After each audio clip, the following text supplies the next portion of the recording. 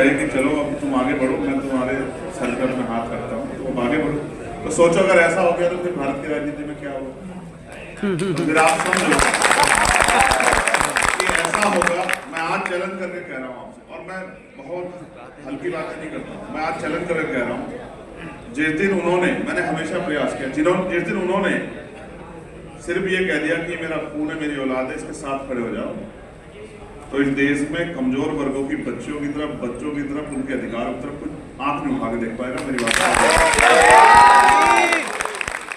भाई, आपने बहुत अच्छी बात कही कि भाई जो आजकल के गुरु हैं वो अंगूठा नहीं मांगते, लेकिन जो आपके आजकल के गुरु हैं उन्होंने कहीं ना कहीं अपना अर्जुन तो तैयार कर लिया है। जो 50 लाख की घड़ी पहनता है, 10 लाख के जूते पहनता है, उसको राजनीति में उतारा है। वो 50 करोड़ की घड़ी पहने, वो 50 करोड़ के जूते पहने, मैं बड़ा खुश हूँ। मेरा भाई, क्या दिक्कत होती है? क्या वो अकेला है जो घड़ी पहनता है? क्या वो अकेला है जो जूते पहनता है? मैंने अपने मन मंदिर में उनकी तस्वीर बसा रखी है। 2007 में मायावती जी की सरकार पूर्ण बहुमत से बनी। 2012 में अखिलेश जी की सरकार आई और मायावती जी एक तरह से हाशिए पे चली गई। 2014 का चुनाव जहां आसपास शून्य उसमें अखिलेश जी ठीक, मैं सहमत, अखिलेश जी का भी था और जयंत चौधरी जी की पार्टी का भी था, इसमें भी कोई दो राय नहीं, इससे सहमत। 2014 में 0, 22 में 1, क्या ऐसा सोचा था कि आपने आपके राजनीतिक गुरु की ऐसी हालत होगी कभी? हाँ, मैं इस बात को लेकर चिंता हूँ, क्योंकि मेरी बीएसपी से कोई लड़ाई नहीं। देखो, मैं आपको एक चीज और बताऊँ, ये जो आंदोलन है ये कभी किसी परिवार ने नहीं चलाया। इसको चलाने के लिए इसको समझना जरूरी है और इसके साथ उस तरह से जुड़ना जरूरी है। जैसे ये आंदोलन फूले साहब ने चलाया वो महाराष्ट्र के, फिर ये आंदोलन उनके बाद बाबा साहब ने चलाया वो मध्य प्रदेश के, फिर ये आंदोलन उनके बाद बेहतरीन तरीके से मानव काशीराम साहब चला वो पंजाब के। ना परिवार का रिश्ता है, ना रिश्तेदारी है, ना प्रदेश का है, ना जिले का है। फिर वो आगे बढ़ा बेंजी ने, वो उत्तर प्रदेश की। तो मैं इसलिए आपसे कह रहा हूँ कि दुख तो हुआ, क्योंकि एक जो वृक्ष समाज ने सींच के खड़ा किया, इतना मजबूत वृक्ष। एक समय था कि माननीय काशीराम साहब तय करने लगे थे कि बिहार की कुर्सी पे कौन बैठेगा, कर्नाटक की कुर्सी पे कौन बैठेगा, हरियाणा की कुर्सी पे कौन बैठेगा, पंजाब की कुर्सी पे कौन बैठेगा। तो एक ऐसा कद, पहले रानी का बेटा राजा बनता था। बाबा साहब के सिद्धांत को मान के माननीय काशीराम साहब ने कहा कि तमन्ना अगर सच्ची हो तो रास्ते हजार होते हैं, तमन्ना अगर झूठी तो बहाने हजार होते हैं। तो उन्होंने सच्ची तमन्ना से काम किया, तो उनका कद राजनीति में इतना बड़ा हो कि लोग उनको राजनीति का चमत्कार कहते हैं। कुछ लोग हमारे यहाँ मौसम वैज्ञानिक है, लेकिन वो चमत्कार। उन्होंने सरकारें गिराई भी और सरकारें बनाई, और उन्होंने जो त्याग किया, राष्ट्रपति जैसे पदों को ठोकर मार दी। तो मैं समझता हूँ कि तकलीफ तो थी, लेकिन क्या तकलीफ होने पे, बीमारी हो जाने पे या जख्म हो जाने पे क्या सिर्फ रोते रहना उपाय है, या उस जख्म का अच्छा इलाज करना उपाय है? मैं तो ये समझता हूँ कोई चीज सदैव नहीं रहती, और ये विचार, इसमें व्यक्ति विशेष नहीं है, विचार विशेष है। जो विचार के साथ खड़ा है, समाज उसी के साथ खड़ा हो जाता है। मैंने माँ के पेट से नहीं सीखा, मैंने संघर्ष से सीखा। मैंने 16 महीने जेल काटी, मैंने एक बार में 250 लाठियां खाई, मेरी रीढ़ की हड्डी में गैप, मेरे दांत तोड़ दिए गए, मैं चल नहीं पाता सही तरह से। जगदेव जी का नारा है गोली और जेल को लेकर और राज को लेकर, उधर आप सुनाइए। तो मैंने गोली खाई, और गोली खा के फिर समाज को लगा कि ये आदमी जिसने अपना सब कुछ हमारे लिए निछावर कर दिया, इसकी जान पे बनाई है, अब हमने इसकी बहुत परीक्षा ले ली, अब हमें इसका साथ देना है। जब उन्होंने साथ दिया तो बड़ी बड़ी राष्ट्रीय पार्टियों के गठबंधनों को छोड़ के हम लोग मेंबर ऑफ पार्लियामेंट बन गए नगीना से। तो रही बात बाबू जगदेव प्रसाद की, तो उन्होंने कहा कि पहली पीढ़ी गोली खाएगी, दूसरी पीढ़ी जेल जाएगी और तीसरी पीढ़ी राज करेगी। अब यहाँ तो जेल भी चले गए इसी पीढ़ी में, अब गोली भी खा लेते हैं कि और संघर्ष करें। और पिछले जो दिनों में दिल्ली में घटा, उसके बाद तो आप भरोसा करो, जिस दिन से गृह मंत्री ने बयान दिया,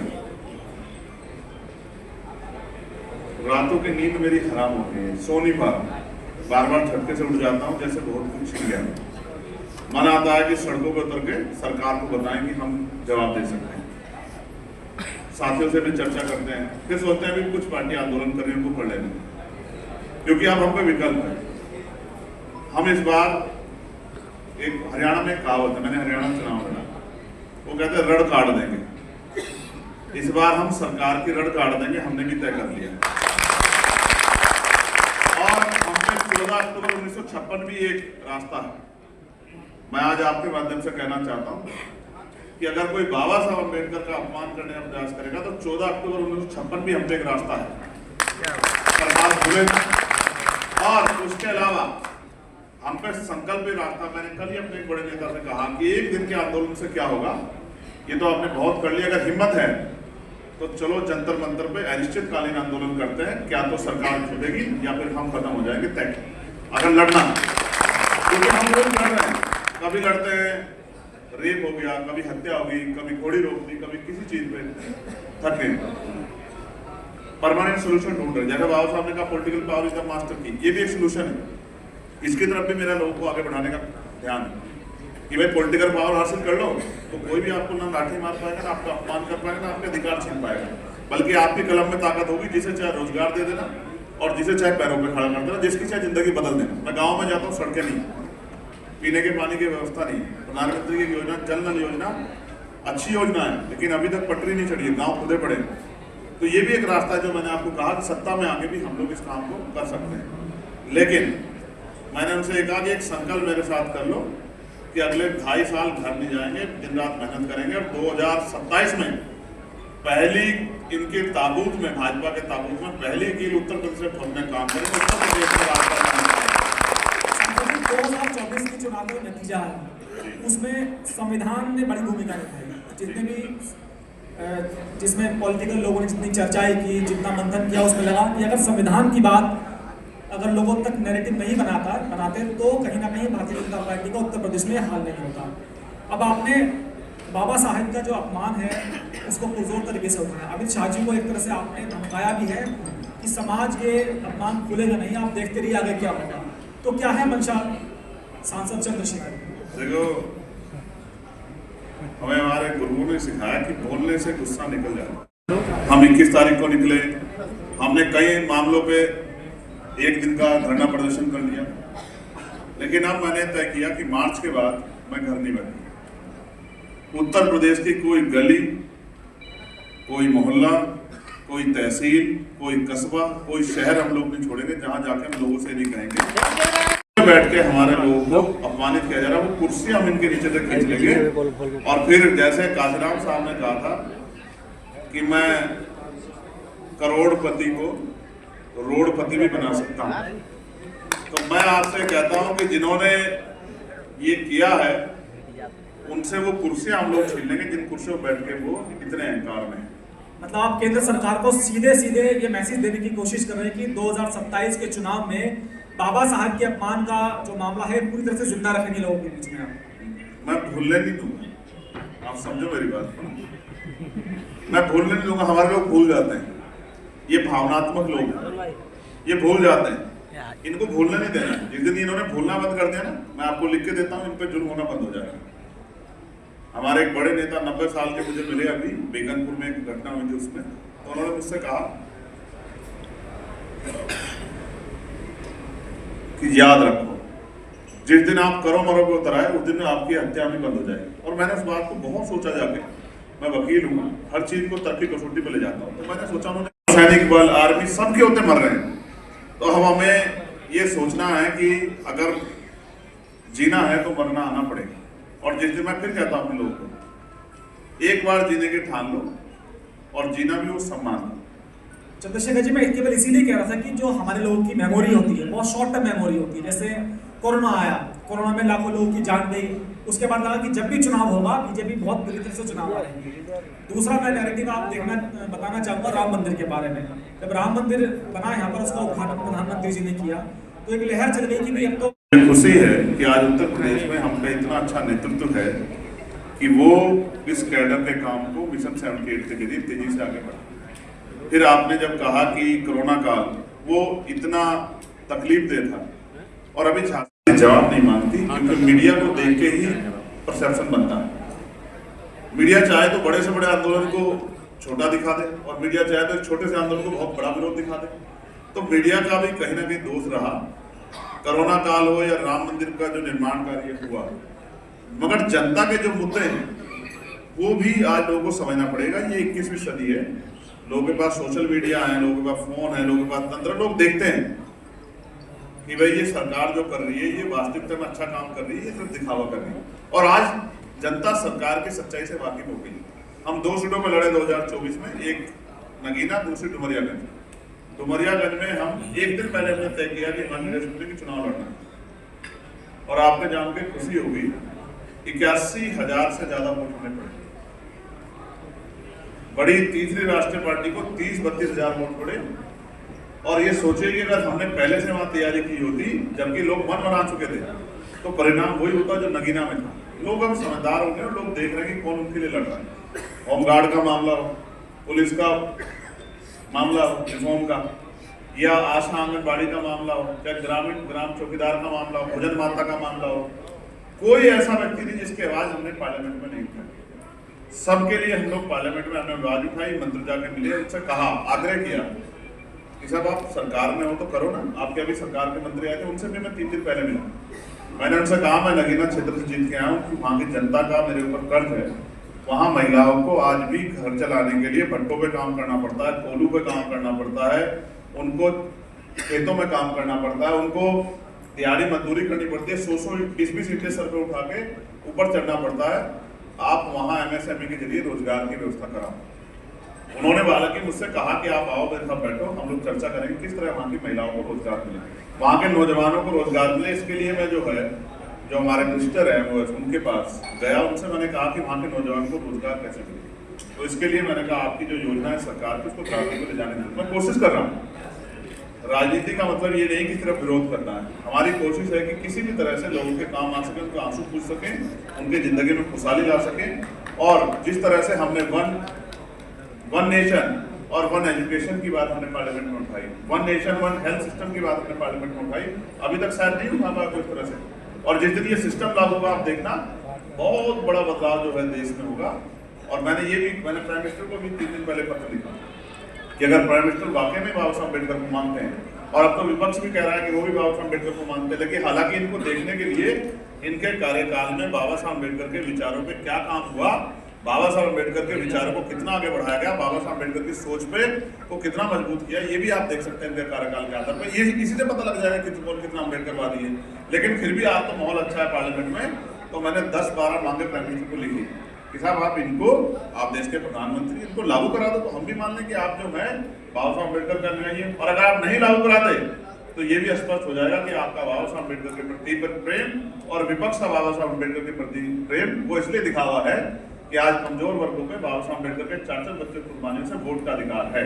ये वोट का अधिकार है जो खुद को राजा महाराजा कहते हैं, हमारी गलियों में आते हैं, हमारे पैर पकड़ते हैं, हमें भाई कहते हैं, हमारे बराबर बैठते हैं, हमारे साथ भोजन करते हैं, हमारा झूठा पानी पीते हैं, और ये कहते हैं कि हम आपके अपने, हमें वोट दे दो। जिस दिन वोट का अधिकार चला गया कमजोर वर्गों से, इनकी बच्चों में पैर रख नहीं आएगा। और वोट पे और बुरे हाल है, बिजली पानी की व्यवस्था नहीं, तो पूछने वाला नहीं है। मैं उड़ीसा होके आ, पीने के लिए पानी आज 75 साल बाद अमृतकाल बना रहे हैं, पीने के लिए पानी नहीं है, इसलिए मैंने कहा अमृतकाल नहीं धमकी काल है, धमकी दो, डराओ और सरकार बनाओ। चंद्रशेखर जी, एक सवाल का जवाब मैं आपसे देना चाहूँगा। जिस तरह से पार्लियामेंट में पहले बाबा साहब का अपमान हुआ, उसके बाद विपक्ष ने वहाँ धरना प्रदर्शन किया, बाबा साहब की जो तस्वीरें थी वो पार्लियामेंट में आ गई। उसके बाद बीजेपी को लगा कि कहीं ना कहीं डैमेज कंट्रोल करना चाहिए। जो सांसदों के साथ मार पिटाई का मामला हुआ, आपको लगता है कि इशू को डाइवर्ट करने की वाकई कोशिश है या मामला कुछ और है?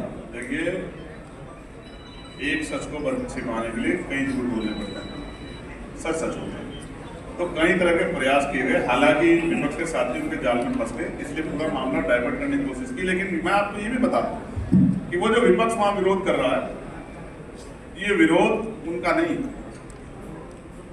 ये विरोध और ये जो अपमान देश में रहने वाले करोड़ों शोषितों, वंचितों, महिलाओं, आपके यहाँ भी बहुत सारे एंकर हैं, बहुत सारे बहनें काम कर रही हैं। आज अगर इस देश में इंदिरा गांधी जी भी प्राइम मिनिस्टर बनी तो बाबा साहब अम्बेडकर के संविधान की देन।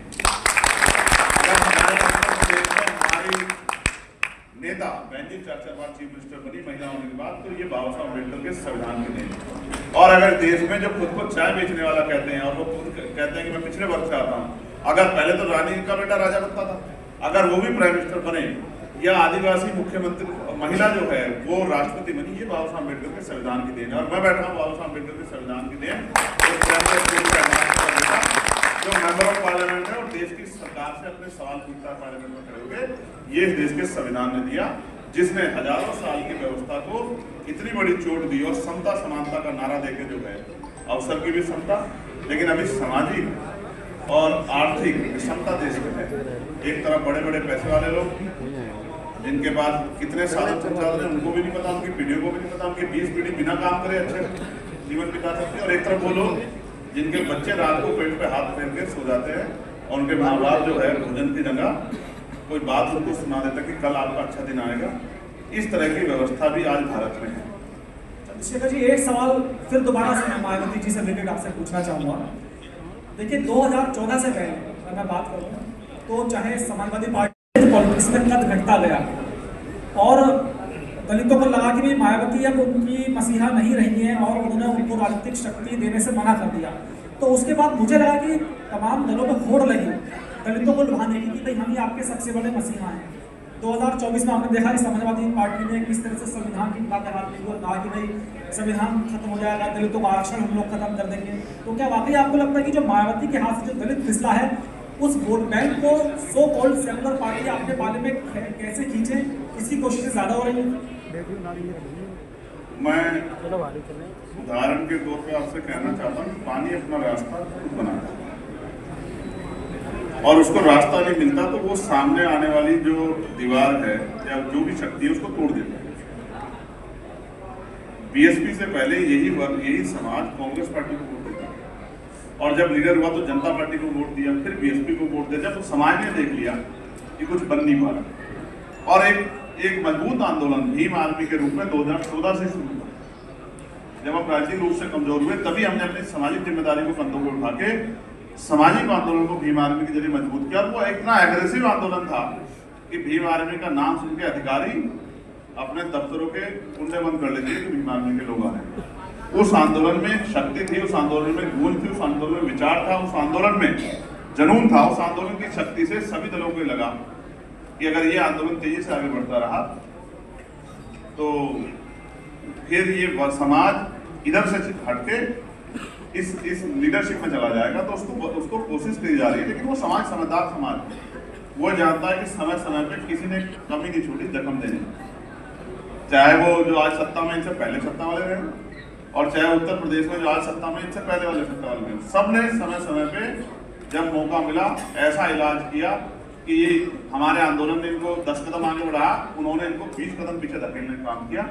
और मैं जब बात हो रही है और आपने कई बार जिक्र किया सिर्फ दलित समाज का, तो मैं आपको ये इस मंच के माध्यम से कहना चाहता हूँ कि आज सिर्फ दलितों पे जुल्म नहीं हो रहा, आज मुसलमानों पे, आज जैनों पे, ईसाइयों पे, बौद्धों पे, आज पिछड़ों पे जो जुल्म हो रहा है वो भी किसी छिपा हुआ नहीं। जुल्म की शकल ये नहीं कि उनकी हत्या कर दी गई, जुल्म की शकल ये कि उनके कारोबार खत्म किए जा रहे, जुल्म की शकल ये कि आरक्षण खत्म किया जा रहा है, जुल्म की शकल ये है कि उनकी हिस्सेदारी खत्म की जा रही है, जुल्म की शकल ये है कि उनकी लीडरशिप खत्म की जा रही है और जुल्म की शकल ये है जो संभल में देख रहे हैं कि किस तरह जो है नंगा नाच जो है संभल में किया गया और किस तरह से जो है जो इनके सियासी नेता थे उनको पकड़ के जेल में बंद किया गया। और अजमेर हो या कोई और प्रयास हो, ये सब इस बात का उदाहरण है। और मैं आपके मंच के माध्यम से आज कह रहा हूं, मैं चंद्रशेखर आजाद आज आपके मंच के माध्यम से कहता हूं कि आप अम्बेडकरवादी जो सबको साथ लेकर चलना चाहता है, लेकिन अगर किसी भी समाज को डराने काम किया जाएगा, चाहे वो हमारे जैन भाई हो, चाहे सिख भाई हो, चाहे बौद्ध भाई हो, चाहे ईसाई भाई हो और चाहे हमारा बड़ा परिवार मुस्लिम परिवार के लोग हों, हम ईंट से ईंट सरकार की बजा देंगे। मैं फिर कह रहा हूँ, जाति, अब बाबा साहब अम्बेडकर ने तो किताब लिखी जातिहीन समाज की, तो मैं आज आपके माध्यम से पूछना चाहता हूं कि देश के प्रधानमंत्री और विपक्ष, मैं चैलेंज करता हूं कि वो जातिहीन समाज बनाने का मैं बिल लेके आता हूं, प्राइवेट मेंबर बिल, और वो उसका समर्थन करके दिखाएं। यही पोल खुल जाएगी कि कौन बाबा साहब अम्बेडकर का कितना न्याय है, कौन बाबा साहब अम्बेडकर कितना सम्मान करता है। अगर सत्ता विपक्ष जातिहीन समाज के प्राइवेट मेंबर बिल का कि देश से जातियां खत्म करती है समर्थन करती है, तो आप समझ लेना, मैं अपने समाज को भी कहना चाहता हूँ, बहुजन समाज को, तो आप समझ लेना कि वो आपकी देश है। और अगर वो कहें कि जाति व्यवस्था बना कर रखेंगे, आपको पीटेंगे, आप पर जुल्म भी करेंगे, आपके अधिकार भी छीनेंगे और बाबा साहब का पोस्टर भी लहराएंगे, तो आप ये भी समझ लेना कि उनका अपना ऊंचा हुआ और उनको लगा कि उनका अपना कोई है। और मैंने कई बार उनकी कवरेज की, मैं उनके खुद, जैसे आप उनके फैन हैं, आप उनको अपना गुरु मानते हैं, मैंने भी उनकी कार्य करने की क्षमता देखी। एक बार सुबह की बात है कि मैंने रात में एक खबर चलाई थी, मैं एक नेशनल चैनल में काम करता था, एक शादी थी, शादी में कुछ बदमाश कन्यादान का लिफाफा लूटकर फरार हो गए और न्यूज़ चैनल बहुत छोटी सी पट्टी चली, लेकिन उस जिले के एसएसपी को सुबह मायावती जी ने उठा लिया कि भाई ये तेरे क्षेत्र में घटना कैसी हुई, और उस एसएसपी को पता नहीं था कि ये कन्यादान का लिफाफा भी छीना है। तो ये मायावती के काम करने का वाकई तरीका भी था। एक बार की मैं आपको घटना बताऊं, वो एक काशीराम योजना में जो आवास बनते हैं वहाँ गई थी, तो उन्होंने लाउड स्पीकर के माध्यम से पूछा अपने लोगों से कि भाई आपके यहाँ पानी आता है नहीं आता है, तू उठाते हो। तो चौथी मंजिल वाले लोगों ने कहा आप पानी आता है, तो मायावती जी ने कहा अधिकारियों से मत डरो, अगर नहीं आता तो बताओ, ये अधिकारी ऊपर पानी भर के लाएंगे बाल्टियों में। तो ये मायावती का एग्रेशन था और लोग उससे बहुत खुश होते थे। ये जो महापुरुषों ने हमें संघर्ष करके, आप देखें ना, बाबा साहब ने संघर्ष, अपने 4 बच्चे कुर्बान कर दिए, सुख सुविधाएं छोड़ दी। मानव काशीराम साहब ने अपनी पूरी जिंदगी अपने परिवार को भी नहीं देखा, पिता की डेथ हुई नहीं गए, बहन की शादी में नहीं गए। तो ये तो हमने अपने बहन जी ने भी, बहन जी आज भी हमारी हीरो, हमने उन्हीं से सीखा। और मैं कहता हूँ ये तो आपने पुरानी पिक्चर देखी, आप जब मौका मिलेगा तो आप नई पिक्चर देखना।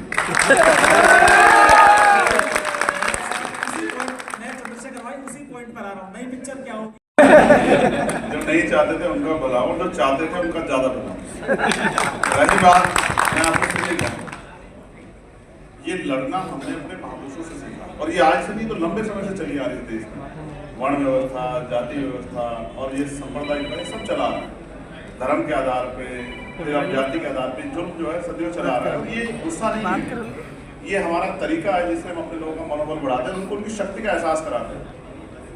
मैं तो फिर आपसे कह रहा हूँ, अब जब मौका मिलेगा तो मैं आपको चैलेंज करके कहता हूँ, आपके एनसीआरबी का डाटा आप देख लेना, जो काम 50 साल में नहीं हुआ वो 1 साल में होगा, मेरी बात को आप याद रखें।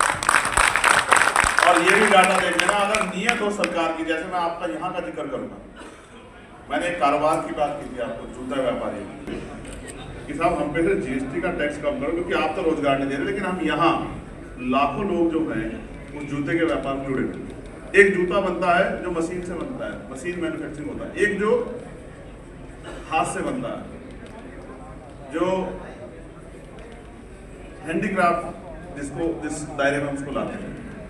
तो उन्होंने कहा कि आप ये देखो कि जहां भी उत्तर प्रदेश में हाथ से जूता बनता हो, उसको आप जो है एक अलग कैटेगरी बना के इस पर टैक्स कम कर दो, जिससे ये लोग आगे बढ़ पाए। लेकिन अभी तक मैंने भी पत्र लिखा, लेकिन वित्त मंत्री ने सूत्र नहीं दी। अगर आप सोचो कि सरकार रोजगार देने में फेल हो रही है और ये लोग रोजगार दे रहे हैं, मशीन से जूता बनेगा तो 1 घंटे में 50 जोड़ी जूते बन जाएंगे, 100 जोड़ी, लेकिन हाथ से बनेगा तो 1 दिन लगेगा। लेकिन जब सरकार रोजगार नहीं देती, रोजगार के दूसरे अवसर है, तो इनका टैक्स क्यों नहीं कम करती सरकार? और मैं इससे भी कह रहा हूँ, सरकार कम करे ना करें, जब हमें मौका मिलेगा तो टैक्स नहीं कम करेंगे, सब्सिडी भी देंगे आप लोगों को। कर देंगे। देखो, मैं शायद आप जवाब नहीं दे पाओगे, आप मुझे ये बता दो कि बीएसपी के पास कितना फंड है, अगर आपको एग्जैक्ट जानकारी है। और फिर ये भी बता दो कि कांग्रेस, समाजवादी, टीएमसी और भाजपा के पास कितना फंड है, ये भी बता दो। और ये भी बता दो इलेक्ट्रल बॉन्ड से चंदा किसको मिला, ये भी बता दो पूरे देश को। आज आपके चैनल के माध्यम से पता लग जाए कि चंदा देके धंधा लोगों का काम इस देश में कौन कर रहा है।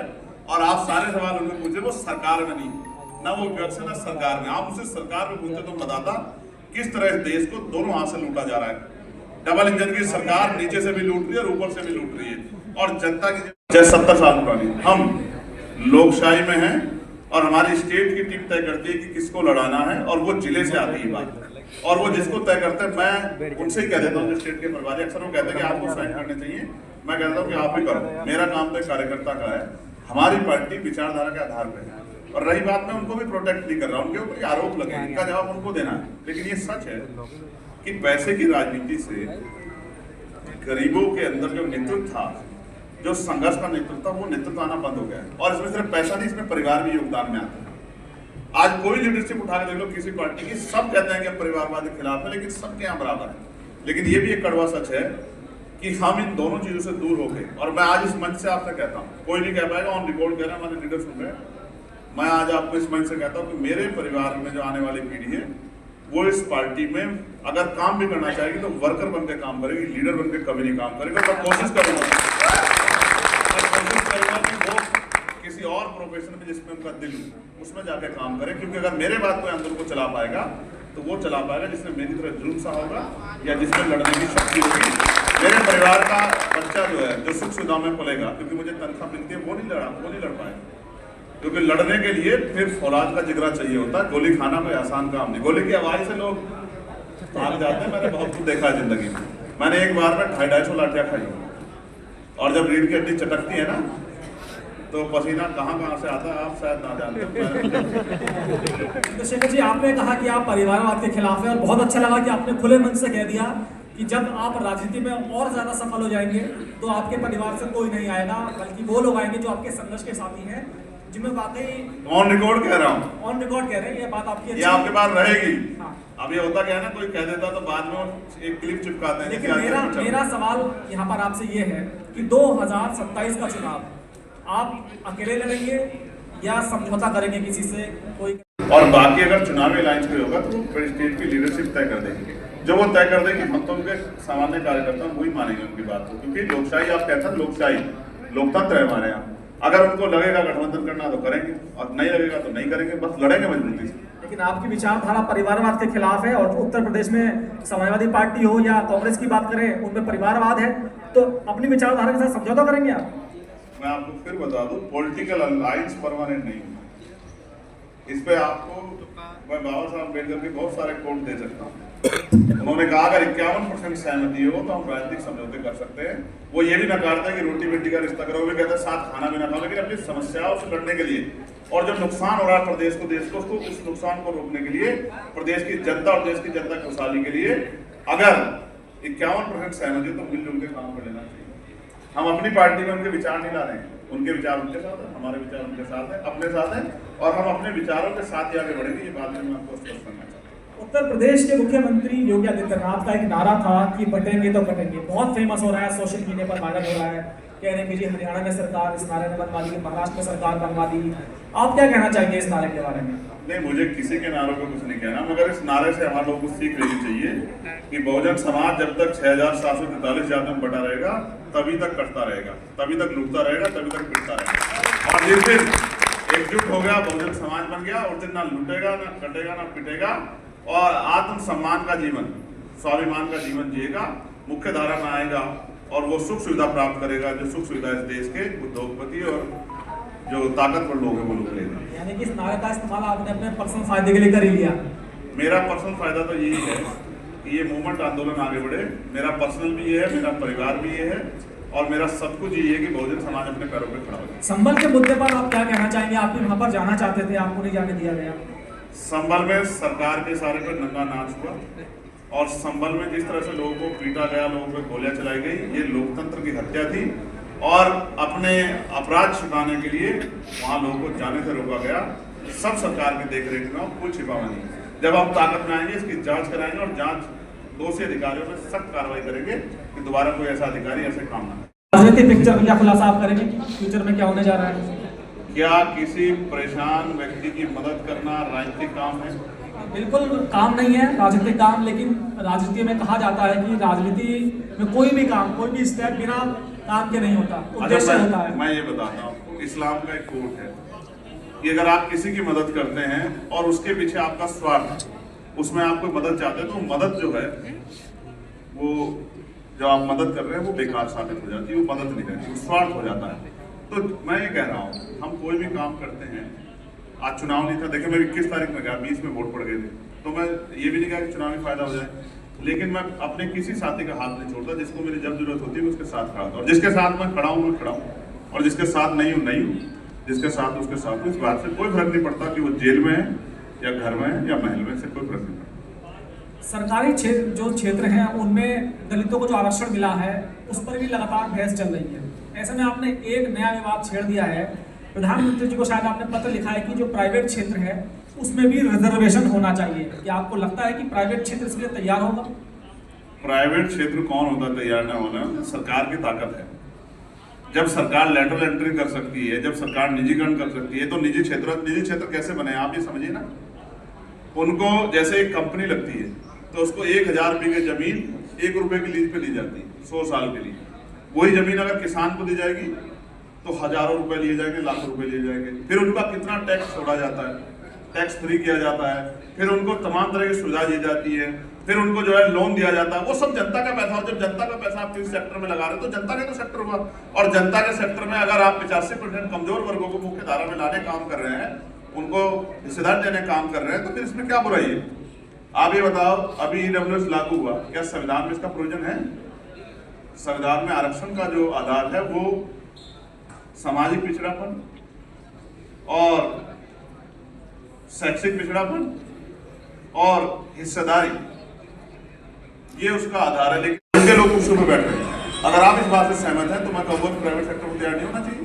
और अगर EWS के जरिए योग्य व्यक्ति जा रहे हैं, जो काबिल है वो जा रहे हैं, तो फिर निजी क्षेत्रों में भी लागू कराएंगे, हमें नहीं फर्क। चंद्रशेखर जी, आपकी पार्टी ने हरियाणा में भी चुनाव लड़ा था जी। पहले आपको कहा जाता है कि आप लोग मायावती के वोट काट रहे हैं, लेकिन जो हरियाणा की कुछ सीटों को मैंने देखा, वहाँ पर लगा कि बसपा ने अगर आपका वोट ना काटा होता तो आपके प्रत्याशी चुनाव जीत जाते। बसपा भी हमारा एक परिवार है, तो छोड़िए। और ठीक है, जो लोग उधर थे वो भी इधर आ जाएंगे, कुछ देर बाद सब ठीक हो जाएगा। इस समाज को आप बार बार कह रहे हैं ना, जिक्र कर रहे हैं जिसका, मैं टारगेट कर रहा नहीं कहूँगा। ये समाज बड़ा स्वाभिमानी समाज है।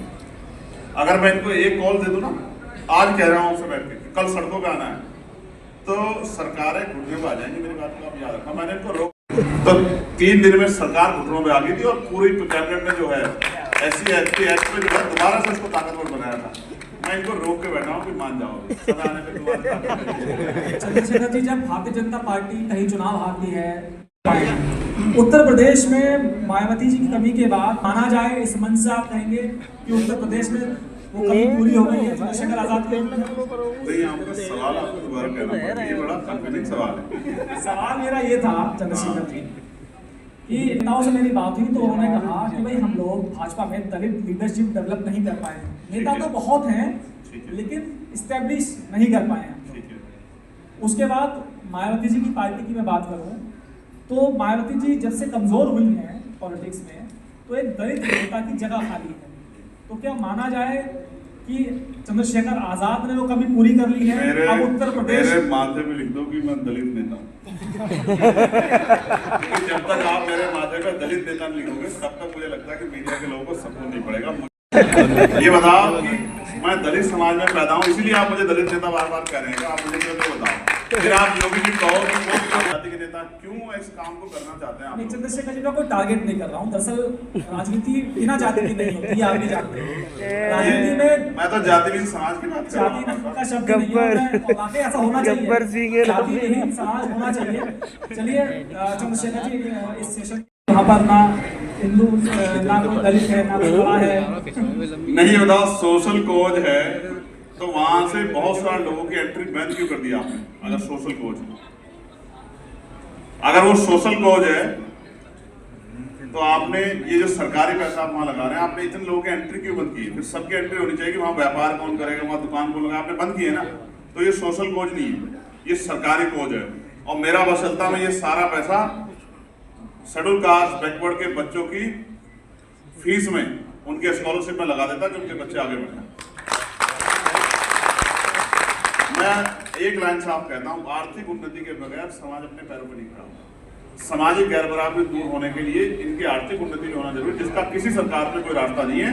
हम लोगों पे इसका आर्थिक उन्नति का राय बहुत बेदखल से रखी, और आपकी बातों को सुनकर मुझे लगा और याद जाता है